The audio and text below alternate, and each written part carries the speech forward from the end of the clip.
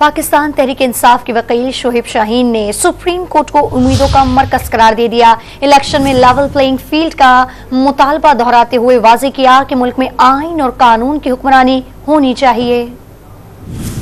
इस्लामाबाद में तो हमें अफसोस से कहना पड़ता है कि ये जो मैनिपुलेशन है, ये जो केसेस फिक्सेशन है, ये बहुत गलत तरीके से जारी है।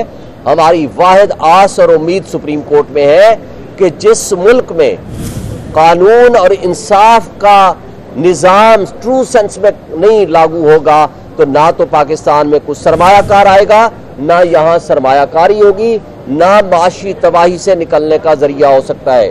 अगर वक्त से पहले इलेक्शन को आपने मुतनाज़ा कर दिया और आपने इस अंदाज से इलेक्शन कराए, फ्री एंड फेयर इलेक्शन ना कराए, और कहा जाता है लेवल प्लेइंग फील्ड, हमारे पास तो फील्ड ही नहीं है।